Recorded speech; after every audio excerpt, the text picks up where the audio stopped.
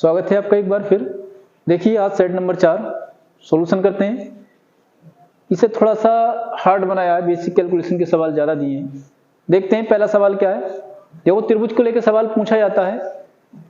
पहले सवाल में क्या कहा, एक समबाहु त्रिभुज का क्षेत्रफल 25√3 है। तो इसकी भुजा बतानी है। तो बता दें, समबाहु त्रिभुज जो होता है, इक्विलैटरल ट्रायंगल, उसका एरिया दे रखा है आपको। तो इसके लिए फार्मूला हमारे पास होता है, क्या होता है फार्मूला इसका फार्मूला होता है √3/4 इंटू भुजा का स्क्वायर। ये समबाहु त्रिभुज का क्षेत्रफल का फार्मूला तब वो दे रखा है कितना, 25√3। ये दे रखा है, √3 से √3 कैंसिल हो जाएगा। भुजा का स्क्वायर कितना आ जाएगा, भुजा का स्क्वायर हमारे पास आ जाएगा 25 गुणा में कितना 4। 25 का वर्गमूल कितना, 25 का वर्गमूल होता है 5 और 4 का वर्गमूल होता है 2। यानी हमारे पास भुजा कितनी आ जाएगी, 5 दूनी 10। पहला वाला ऑप्शन सही होगा। नेक्स्ट क्वेश्चन की ओर बढ़ते हैं।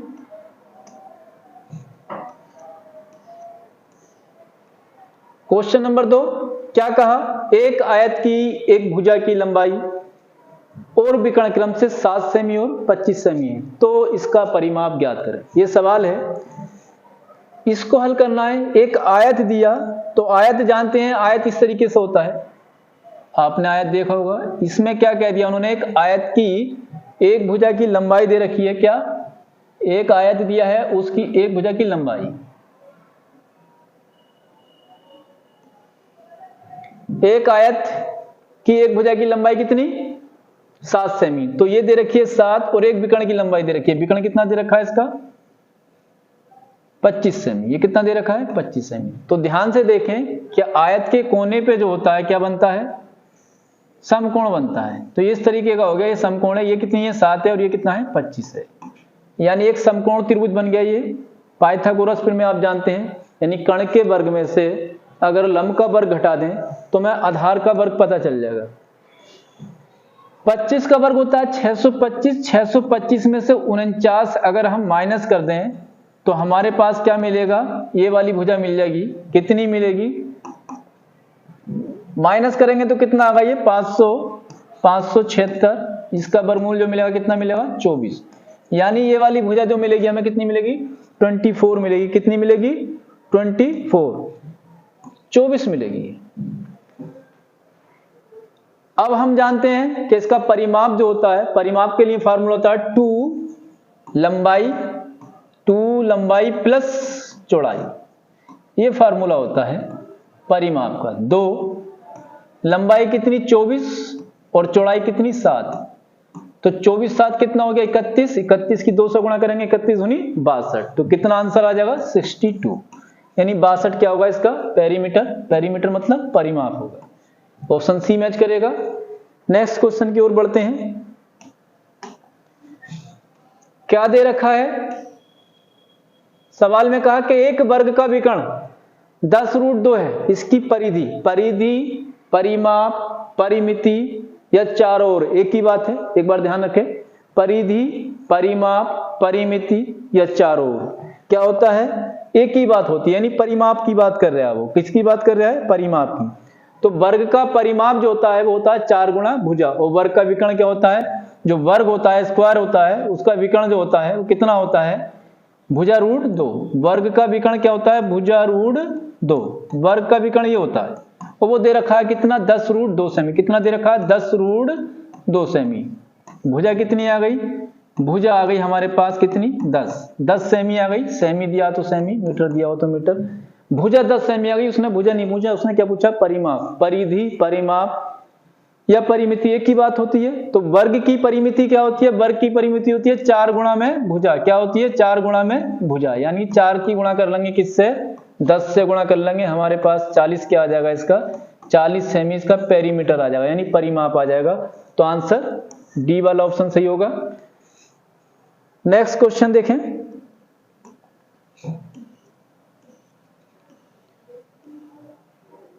क्या कहा सवाल में, सवाल में ये कहा एक कंपनी का लगातार 9 साल का औसत राजस्व दे रखा है 68 लाख, 9 साल का दे रखा है। अगर हम टोटल योग निकाल लें तो इसकी गुणा कर देंगे, 9 की गुणा किससे कर देंगे, 68 से कर देंगे। ठीक, गुणा करने के बाद में हमारे पास क्या आया, 9 अट्ठे 72 और 9 छक्का 54 और 7, 54 7 हो गया 61, यानी 612 आता है। अब करें यदि पहले 5 साल का औसत, पहले 5 साल हैं, पहले 5 साल का औसत कितना है 63 लाख, गुणा कर लें 5 तिया 15, 5 छक्का 30 और 1 31, और अंतिम 5 साल का देख लें कितना हो गया, अंतिम 5 साल का है 75, गुणा कर लें कितना आएगा, 5 पंजे 25, 5 सत्ते 35, 2 37, इतना आ गया। यानी ये पहले 5 का और अंतिम 5 का दे रखा है, यानी ये दे रखा है 10 का और ये दे रखा है 9 का। अगर हम इनको जोड़ के घटा दें तो हमारे पास आंसर मिल जाएगा, 5 मिल जाएगा। एक बार जोड़ लें, कितना आया 10, 7 और 1 8 9 और कितना आया 3 और 3 6, 690। 690 और 612 का अंतर ही क्या होगा, इसका आंसर होगा। 690 में से कितना घटा दें, 690 में से 612 घटा दें, कितना बचेगा, 8 बचेगा, 8 में से एक जाएगा कितना 7, तो 78 लाख, यानी 78 लाख जो होगा 5वें वर्ष का राजस्व होगा। तो ध्यान से समझे, पहले टोटल 9 वर्ष का है, 9 वर्ष का निकाल लिया, पहले 5 दे दिए, अंतिम 5 दे दिए, नहीं 5वें वर्ष का ही निकल जाएगा अगर डिफरेंट इनका कर दें तो। नेक्स्ट क्वेश्चन देखते हैं, सवाल नंबर 5 में क्या कहा, 5 में ये कहा 25 प्रेक्षणों का औसत 13 है। 25 का कितना है 13, टोटल हमारे पास प्रेक्षण कितने हैं 25 हैं, 25 हैं, तो वही तरीका है 25 का कितना 13। बाद में क्या पता चला, बाद में पता चला कि एक प्रेक्षण को 73 की बजाय 48 के रूप में शामिल किया, था कितना 73 और पढ़ा कितना गया है, शामिल कितने रूप में किया गया है 48, यानी कितना कम किया गया है देख लें, 13 में से हट गया कितना 5 और 2, यानी 25 कम कर दिया गया वो प्रेक्षण, कितना 25, यानी वो संख्या जो होगी इससे 25 ज्यादा होगी, इसमें 25 क्या कर दें ऐड कर दें। कितने प्रेक्षण है, प्रेक्षण तो कितने हैं 25 हैं, 25 से भाग करेंगे नया औसत आ जाएगा। तो ध्यान रहे ऐसे में गुणा ना करें, बल्कि ये देखें ये 25 है, ये भी 25 है, या तो कॉमन ले लें या सीधा ये कह सकते हैं ये कितने 25 हैं 13 25 हैं, एक 25, ये टोटल 25 कितने हो गए 14, यानी 25 कितने हो गए टोटल 25 जो हो गए हमारे पास कितने हो गए 14 हो गए, 14 25 हैं, सीधा ऐसे कर लें 25 से भाग दे दें, 25 से 25 कटेगा, यानी क्या आएगा नया औसत जो आएगा 14।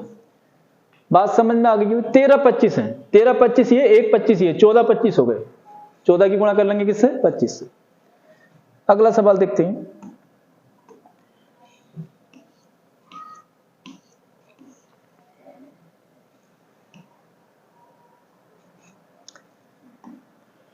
क्या करना है करें, 4 अंकों की सबसे बड़ी संख्या कौन सी है जो 32 40 36 और 48 से भाज्य हो। तो आपको क्या करना होगा, 4 अंकों की सबसे बड़ी संख्या आप जानते हैं 9 9 9 9, 4 बार 9 को लिख लेंगे, लेकिन बात उसने वो नहीं कही। पहले तो आपको क्या करना पड़ेगा, इनका एलसीएम लेना पड़ेगा। क्या लेना पड़ेगा, एलसीएम की बेसिक क्लास देख सकते हैं, फिर भी मैं थोड़ा सा आपको हिंट दे देता हूं। आप इनका एलसीएम निकालेंगे, किसका आप निकालेंगे एलसीएम 32 40 और कितना 36 और कितना 48, इसका आप एलसीएम निकालेंगे। किससे काटें आप, एक बार 4 से काट लो, 4 अट्ठे 32, 4 ढाई 40, 4 9 36, 4 से 12 बार। फिर आप 2 से काट लो, किससे काट लें 2 से काट लें, 2 चौक 8, 2 पंजे 10, 9 ऐसे ही 2 छंग 12। अब किससे काटें, 2 से फिर काटें, 2 से काटें 2 दूनी 4, 5 ऐसी आएगा, 2 नहीं कटेगा, 2 3 6। फिर आप किससे काटें, 2 से काटें, 2 ही कम 2, 5 ऐसी आ जाएगा, 9 ऐसी आ जाएगा, 3 ऐसी आ जाएगा। अब आप 3 से डिवाइड कर लें, 5 ऐसी आएगा, 3 3 9, फिर 3 से और फिर 5 से, फिर किससे 5 से, एक एक आ जाएगा। गुणा कर लें, 4 दूनी 8, दूनी 16, 16 दूनी 32, तिया 96, 96 तिया 96 गुणा में 3 गुणा में 5, ठीक, गुणा में 5, 3 पंजे 15, 15 छक्का 90, 15 नाम 135 और 9 144 यानी 1440 क्या आ गया, इसका लासा। 1440 क्या आगा, इसका लासा आगा। अब क्या करना है, आप इस 1440 से आपके पास 4 अंकों की पूंछी, यानी यहां तक आप पहुंच जाओ। 1440 से कहां तक पहुंचना है, यहां तक पहुंचना। जो इसके करीब की होगी वही आंसर होगा। 1440 की अगर हम मल्टीपल 6 से करके देखें इससे ऊपर है या इसके करीब है, 6 से गुणा कर लें इसकी, 7 से करेंगे तो ऊपर पहुंच जाएंगे। 6 से कर लें, 6 0 0, 6 चौक 24 और 6 चौक 24 2 26, 6 कम 6 और 2 8, यानी कितना होगा 86 40। 86 40 इसका आंसर आ जाएगा। कौन सी संख्या होगी, 86 40। सबसे बड़ी यही होगी, क्योंकि इसमें आप 14 40 जोड़ देंगे तो करीब 1500 इसमें जुड़ेगा। 1500 जोड़ने के बाद में इस संख्या से ऊपर निकल जाएगी।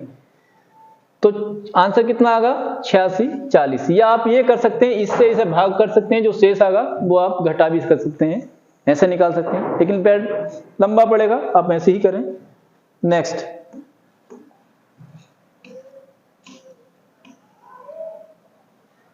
क्या कहा, ये कहा यदि दो संख्याओं का अनुपात 7:11 है और उनका मासा 13 है तो लासा क्या करना है। सिंपल क्वेश्चन है। आपको मासा जब दिया हो तो सीधा क्या करना है, गुणा कर देनी है। 7 गुणा में कितना, 13 गुणा में कितना, 11। ये क्या आ जाएगा, इनका लासा आ जाएगा। क्या आ जाएगा, इनका लासा आ जाएगा। एक पैटर्न और बता दें, गुणा कर लें 13 सत्ते 91। 13 सत्ते 91 गुणा किससे, 11 से गुणा करेंगे। 11 कम 11 हासिल 1, 11 9 99 और 1 100, यानी कितना आ जाएगा, ये वाला आंसर आ जाएगा। आप समझ लें कैसे कर दिया, जब रेशियो में हो, अनुपात में हो, तो आप ऐसे भी कह सकते हैं 7x 11x, यानी मासा कितना है, मासा तो ये है, मासा तो x है, यानी मासा 13 दे रखा है। तो 7 गुणा 13 और 11 गुणा 13, जब आप इसके फैक्टर करोगे तो क्या है, 13 तो एक बार कट जाएगा, यानी कि आ जाएगा 13 गुणा में 7 गुणा में 11, यही आ जाएगा। यानी ये डायरेक्ट वाली संख्या आपको आ जाएगी। इसका एलसीएम कितना होगा, 1001। नेक्स्ट दिखते हैं।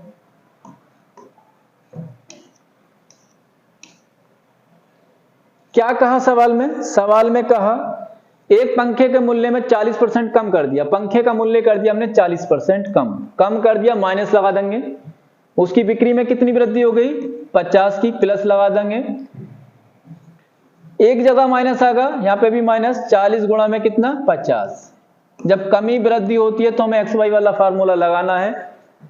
कौन सा फार्मूला लगाना है, plus x plus y plus x y upon 100। अब जहां पे कमी है वहां पे माइनस ले लो, जहां पे कमी है वहां क्या लेना है, माइनस। पहली कंडीशन में कमी थी तो पहली कंडीशन में हमें क्या लेना है, पहली कंडीशन में हमें यहां पे माइनस लेना है। जब एक जगह माइनस आएगा तो दूसरी जगह खुद माइनस आ जाएगा। समझ गए होंगे बात को। तो x का मान क्या, पहली वाली संख्या, y का मान क्या, दूसरी वाली संख्या।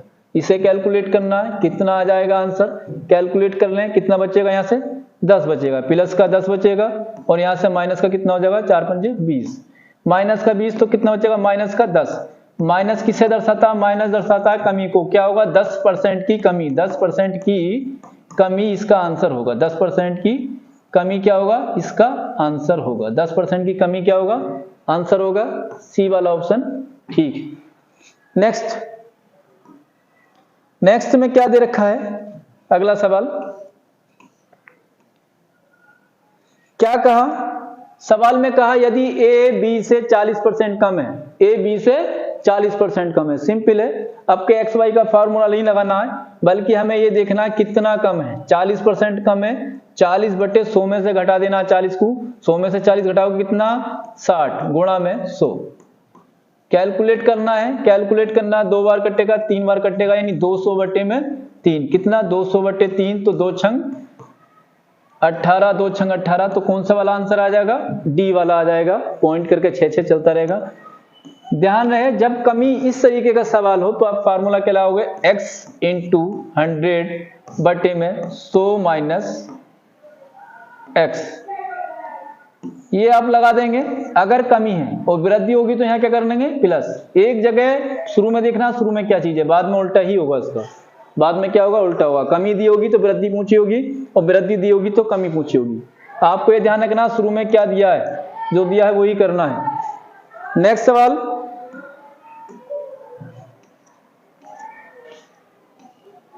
क्या दिया है सवाल में?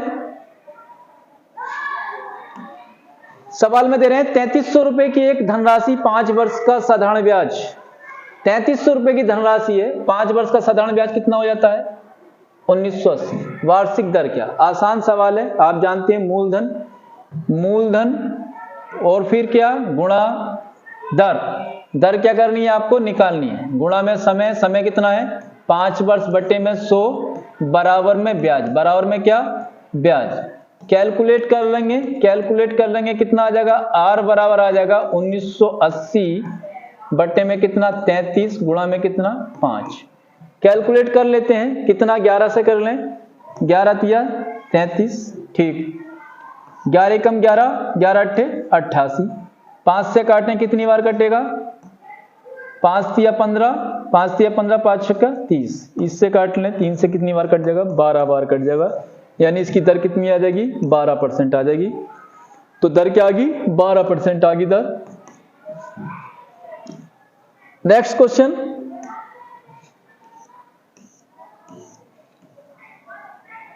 क्या कहा सवाल में? सवाल में यह कहा कि 640 के मूलधन को 2.5% वार्षिक दर से साधारण ब्याज दर से 768 का मिश्रण बनने में कितना समय? समय पूछा है। समय क्या है? पूछा है। मूलधन आपको दिया है। मूलधन कितना दे रखा है? मूलधन दे रखा है आपको 640 गुणा में दर दे रखी है 2.5% गुणा में समय आपको निकालना है। समय आपसे पूछा है बटे में 100 बराबर में क्या होता है? ब्याज। और ये क्या चीज दे रखी है? ये मिश्र धन दे रखा है। और ये क्या चीज है? मूलधन है। यानी मिश्र धन में से आप मूलधन घटा देंगे तो क्या मिलेगा? ब्याज मिलेगा। आप इसमें से घटा दो कितना? 640 को जब घटा देंगे तो कितना बचेगा? 8, कितना बचेगा? 2, 1, यानी 128 रुपए क्या मिलेगा? ब्याज मिलेगा। मूलधन को जब मिश्र धन में से घटा देंगे तो हमें क्या मिलेगा? ब्याज मिलेगा। 768 में से जब 640 घटा देंगे तो हमें 128 रुपए क्या चीज मिला है? ब्याज मिला है। आप कैलकुलेट कर लें। कैलकुलेट करने के लिए देखो पॉइंट से अगर आपको प्रॉब्लम हो रही है तो पॉइंट खत्म कर लें, ये जीरो खत्म कर लें। नीचे वाला जीरो खत्म नहीं होगा, ये वाला खत्म होगा, गुणा वाला। अब क्या करना है? 25 से 25 चौक 100, 4 बार कटेगा। 4 से काटें कितनी बार? 16 बार। टी बराबर जो आ जाएगा 128 बटे में कितना? 16। काट दें 8 दूनी 16, 8 ही कम 8, 8 छंग 48, 2 अट्ठे 16, यानी 8 वर्ष इसका क्या आ जाएगा? आंसर आ जाएगा 8 ईयर 8 साल। अगला सवाल देखते हैं। नेक्स्ट क्या करना है सवाल में? देखो क्या कहा? एक पंखे का विक्रय मूल्य दे रखा, एसपी दे रखा आपको, सेलिंग प्राइस 4644 रुपए है। यदि लाभ परसेंट कितना हो? 129 हो। यानी लाभ शामिल होता है विक्रय मूल्य में, आप जानते हैं। तो ये किसके बराबर दे रखा है? ये आपको दे रखा है 129% बराबर 10 दे रखा है कितना? 4644। क्योंकि आप जानते हैं क्रय मूल्य 100% है, लाभ जोड़ दोगे तो 129 हो जाएगा। अब आपको क्या निकालना है? सीपी निकालना, क्रय मूल्य निकालना, यानी 100% आपको निकालना है। क्या करें? आपको क्या निकालना था? सीपी निकालना था। यानी सीपी हमारे पास जो क्रय मूल्य होगा वो क्या होगा? 4644 की गुणा किससे करेंगे? 100 से। और किससे भाग करेंगे?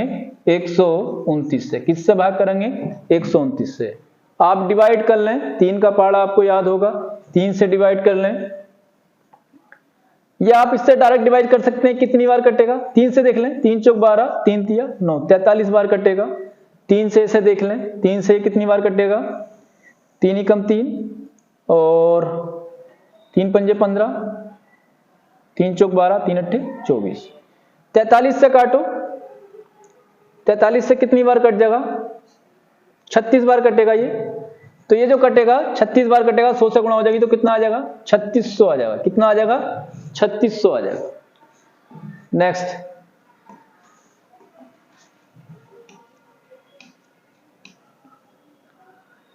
क्या सवाल है? सवाल ये दे रखा है कुछ वस्तुएं 5 रुपए में 6 के हिसाब से खरीदी गई तथा 6 में 5 के हिसाब से बेची गई। सीपी जो दे रखा है, सीपी क्या दे रखा है? सीपी कह रहे हैं 5 में 6 के हिसाब से। किसमें? 5 रुपए में 6 खरीदी गई, 5 में 6 खरीदी गई, सीपी हो गया। बेची कितने में गई है? एसपी जो है 6 में कितनी बेची गई है? 5। ध्यान रहे क्या ये क्या चीज हो जाएगी एसपी और ये क्या हो जाएगा सीपी। तो सीपी हमारे पास क्या हो जाएगा, सीपी जो हमारे पास हो जाएगा कितना हो जाएगा, सीपी देखें तो सीपी हमारे पास कितना हो जाएगा, सीपी हो जाएगा 5 पंजे 25 और एसपी कितना हो जाएगा 6 छंग 36। यहां से क्या बनेगा, बीच बीच वालों की गुणा कर लो, ये एसपी बन जाएगा और ये सीपी। कितना आप जानते हो लाभ परसेंट बराबर क्या होता है, SP minus CP upon CP गुणा में 100 गुणा में 100। क्या करना है, 36 में से घटाएंगे 25 कितना बचेगा 11 नीचे कितना 25 गुणा में कितना 100, 25 चौक 100, 4 की 11 से गुणा कर दें कितना आ जाएगा 11 चौक 44। तो कितना आंसर हो जाएगा 44% हो जाएगा इस पे लाभ। नेक्स्ट क्वेश्चन,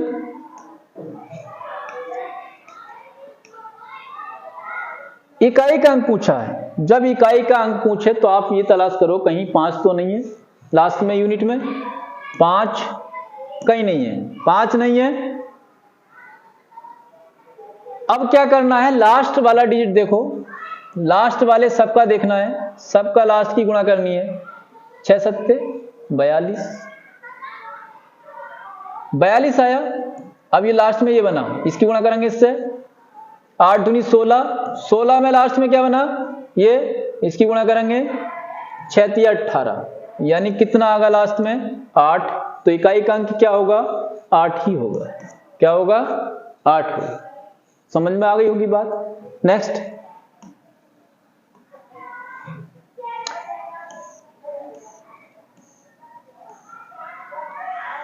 क्या कहा, ये कह रहे हैं 9 का स्थानीय मान और अंकित मान। 9 का स्थानीय मान, 9 का स्थानीय मान क्या होगा 900, अरे 2 जीरो लगा देंगे, और 9 का अंकित मान कितना होगा 9। तो ये वाला आंसर था। अगला क्वेश्चन, क्या कहा,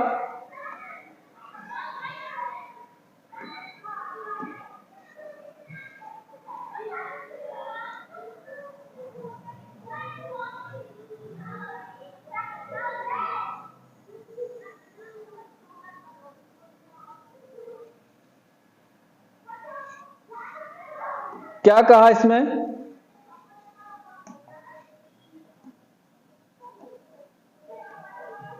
कह रहे हैं 0.0121 का मान है, रूट के अंदर दे रखा है, तो वर्गमूल निकालना है। परेशान ना हो, कैसे निकालेंगे आप, इस तरीके से निकालोगे इसको, कितना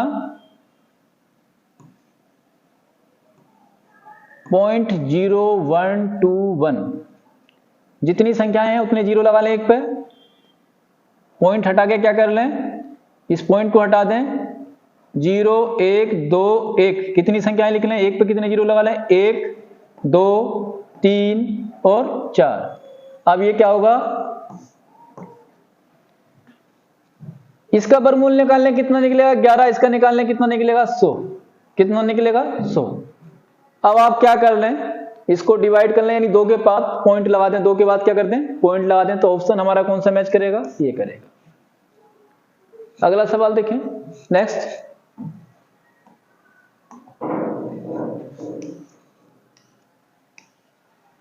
क्या दे रखा है देखते हैं। देखो बच्चों, इस तरह के सवाल मिल सकते हैं आपको, और इस तरह के सवाल में हो सकता है आपको कैलकुलेशन में प्रॉब्लम आए, लेकिन दिक्कत नहीं होगी। कैसे करना है, कैसे क्या करना है, ये x दे रखा है, क्या दे रखा है आपको √x।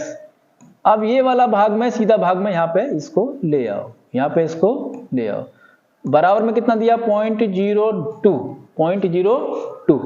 क्या करना है, इस x का इसे रूट में रहने दें, इसे खोल लें, 21 आ जाएगा, 21 क्या चला जाएगा इसकी गुणा में चला जाएगा, 0.02 की गुणा में कितना जाएगा 21, गुणा कर लें, 21 दूनी 42, हासिल कितना 4 आ जाएगा, यानी 0.42 आ जाएगा। √x का मान कितना आ जाएगा 0.42। वर्ग कर लें, वर्ग करेंगे तो x का मान आ जाएगा, वर्ग कर लें, वर्ग करने पे क्या बनेगा, इसका वर्ग करेंगे तो कितना आ जाएगा, एक बार गुणा कर लें, गुणा कर लें इस तरीके से, 2 दूनी 4 और 2 चौक 8, 4 दूनी 8 और 4 चौक 16, यानी ये आ जाएगा 4 8 8 16 7 1, कितना आ जाएगा 0.1764। ये वाला इसका आंसर है। नेक्स्ट,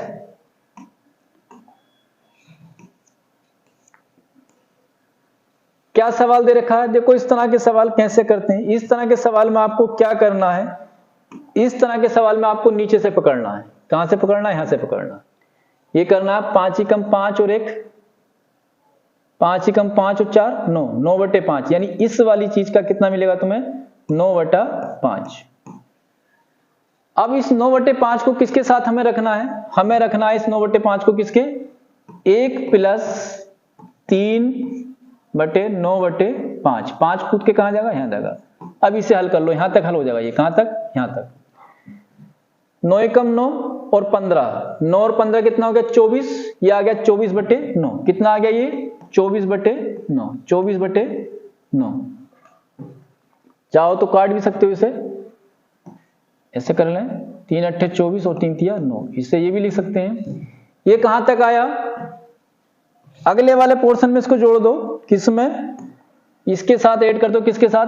1 + 2/8 में कितना? 3। 3 कहां पहुंचेगा? ऊपर पहुंचेगा। इसे मिटा दें। 3 कहां पहुंचेगा? यहां पहुंचेगा। 8 × 8 और 6 14, 14/8, 14/8। तो कितना आ जाएगा? ये आ जाएगा 14/8। भाग कर लें 2 से, कितना आ जाएगा? 7/4।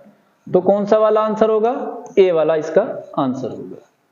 तो आपको समझ में आ गई होगी बात। एक बार फिर बता दें, नीचे से हल करना है इतना वाला पोर्शन, फिर जब आए तो उसके साथ इसको लेना है, और फिर जो आए उसको लेना ऊपर वाले को। करके बता दिया है। उम्मीद करते हैं आप अच्छे से करेंगे। नेक्स्ट,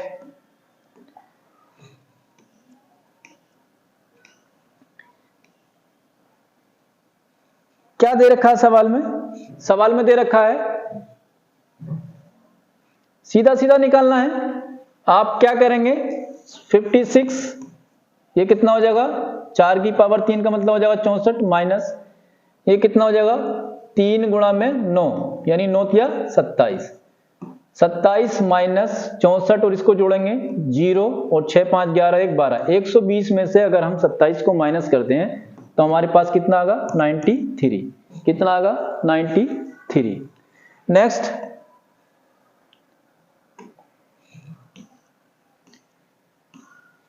देखिए सवाल देखते हैं, बोर्ड मास का है। इससे बड़ा सवाल आपको नहीं मिलेगा। सबसे बड़ा बस इस तरह का बोर्ड मास का मिले तो इससे बेटर, इससे बड़ा नहीं मिलेगा। तो आपको क्या करना? सबसे पहले सबसे अंदर वाली ब्रैकेट हल कर लें।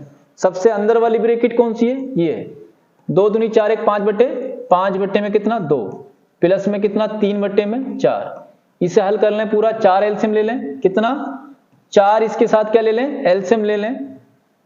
तो 2 पंजे 10 और 3 13, 13 में कितना? 4। ये हल करने के बाद में कितनी आई? 13/4।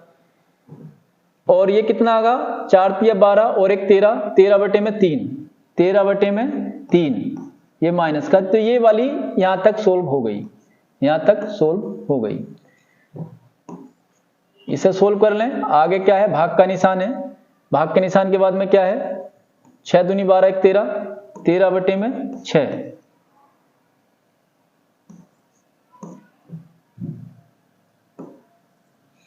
फिर क्या है? प्लस 9 × 36 3, 39/4। अंदर वाली हल करें, कितना आ जाएगा? 13 × 4 52, या एलसीएम लेके कर लो या गुणा कर लो सीधी। 13 × 4 52 और 13 × 3 = 39। 52 माइनस 39, 52 में से आप 39 घटाएंगे तो कितना बचेगा? 23। 13 बचेगा। 13 में कितना? 13 में कितना? 12। इसका ये आ गया। भाग का निशान है। भाग के निशान के बाद में क्या? 13/6 प्लस में कितना? 39/4। आप इसे कर लेंगे। 13 × 4 52, 13 × 3 = 39, घटाएंगे 13/12 बचेगा। इसकी इधर, इसकी इधर, नीचे नीचे वालों की। अब क्या करना है? हमारे पास ये सवाल हो गया। अब क्या करना है इसमें? 39/4 भाग प्लस 13, यहां ब्रैकेट लग रही है, 13 बटे में कितना 6, इसे क्या करना है, गुणा पे निशान लगा दो, यहाँ पे क्या गुणा का उल्टा कर दें, फिर 12 ऊपर और 13 नीचे, 13 से 13 कटेगा 6 दूनी 12, यानी ये कितना हल हो के आया 2 आया। 39/4 में हमें क्या करना है, प्लस 2 करना है, कितना 4 एलसीएम ले लें या आप सीधी 39 प्लस में कितना 4 दूनी 8 बटे में कितना 4, 39 8 कितना होगा 47, और 47 बटे में कितना आ जाएगा 4, कितना आ जाएगा 47 बटे में 4, 47/4 इसका आंसर होगा। तो कैसी लगी हमारी वीडियो आप कमेंट करके जरूर बताएं, बाकी अगला सेट हम जल्दी लेके आएंगे। धन्यवाद।